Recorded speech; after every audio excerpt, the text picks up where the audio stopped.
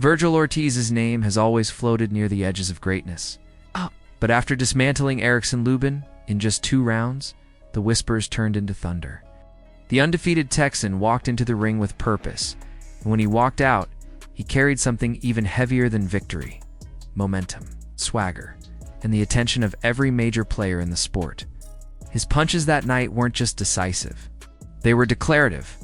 They announced his arrival at the doorstep of boxing's elite. And almost immediately after the dust settled, the biggest name in the game responded: Terence Crawford. The reigning king, who climbed multiple divisions and conquered legends with surgical calm, finally addressed the young lion, calling his name. From Crawford's perspective, Ortiz was reaching far beyond his limits. If Ortiz wanted the fight, if he wanted the chance to dethrone a man sitting atop the mountain at 168 pounds, he would have to climb all the way up. Crawford made it clear that he no longer looked backward.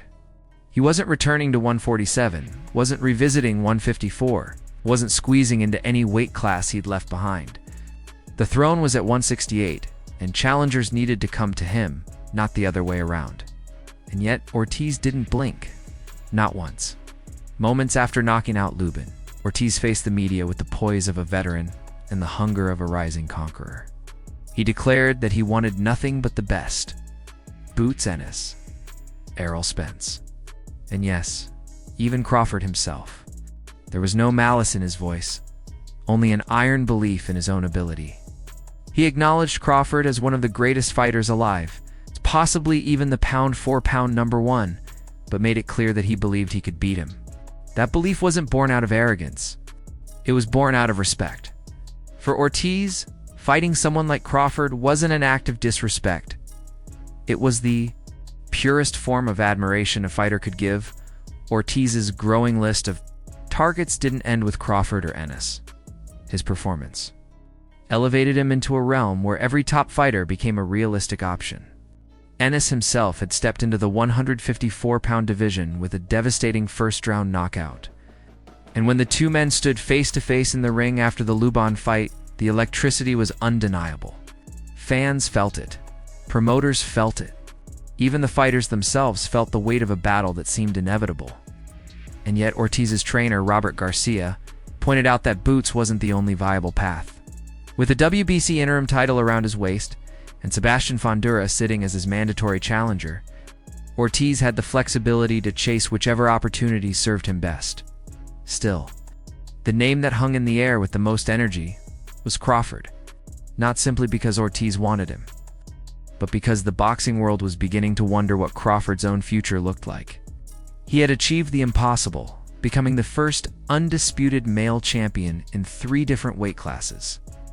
He had toppled Canelo Alvarez in a fight witnessed by tens of thousands inside Allegiant Stadium and tens of millions watching across the world. He had climbed to the summit of the sport, secured generational wealth, solidified his legacy, and then made the world question whether he even needed to fight again. Crawford hinted toward 2026 as his return year. With Dimitri Bivol emerging as a likely opponent, it was a matchup rooted in legacy, in challenge, in the desire to do something few fighters in history had ever attempted. But even as he discussed Bivol, the name David Benavidez hovered like a shadow. Benavidez wanted Crawford badly. Saudi officials wanted it even more. Fans dreamed of it, but Crawford was unmoved. Benavidez, he argued, wasn't even making 168 anymore. There was no reason to entertain a fight with a man who belonged in another division. Crawford's logic was simple. He would not chase giants. Despite all this, despite the speculation, the excitement, the potential matchups, a cloud of curiosity followed Crawford. Would he retire now? Would he walk away while still undefeated, still revered, still ascending the peak? Many believed he might, but others knew that the temptation of monumental paydays, historic achievements, and the roar of the crowd might be too powerful for even him to resist. Inside this chaos of speculation stands Virgil Ortiz, a man whose timing may be perfect. Ortiz's knockout of Luben wasn't just another win. It was the kind of performance that forces the world to look your way. It launched him into the center of conversations involving the sport's giants. It placed him across from Ennis, across from Spence, across from Charlo and Fondora. Most daringly, across from Crawford himself. Promoters saw the sparks. Oscar de la Hoya claimed that Ennis and Eddie Hearn shouldn't have even been ringside because watching Ortiz live would scare them from ever stepping into the ring with him. Hearn countered by saying Crawford versus Ennis was one of the best fights that could be made in American boxing. But beneath all the noise, one truth rang louder than the rest. Ortiz had options. More than most fighters in his position ever get. Ortiz's momentum doesn't come without friction. Rival camps have traded words, accusations, and challenges. Ennis and Ortiz's teams clashed over who ducked who sent real offers, and who avoided making fights.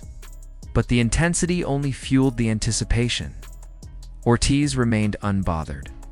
Ennis remained confident. Crawford remained selective but respectful. And the world continued to watch the storm build. In the end, the landscape of boxing is shifting faster than ever. The biggest names are moving in new directions, climbing weight classes, cracking historical records, and redefining legacy. Crawford's journey from Omaha to the pinnacle of the sport cemented him as a living legend. His future choices will shape the entire division. Ortiz's rise represents the next generation's hunger to dethrone the kings.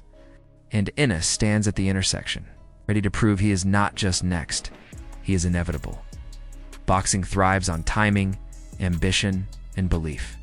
Right now, all three forces are colliding in ways that promise unforgettable nights ahead. And that raises one final question. Which of these men will seize the moment first? Before you go, what do you think happens next? Does Ortiz earn the Crawford fight? Does Boots step into the spotlight? Or does the king stay exactly where he is, untouchable? Let me know your thoughts in the comments.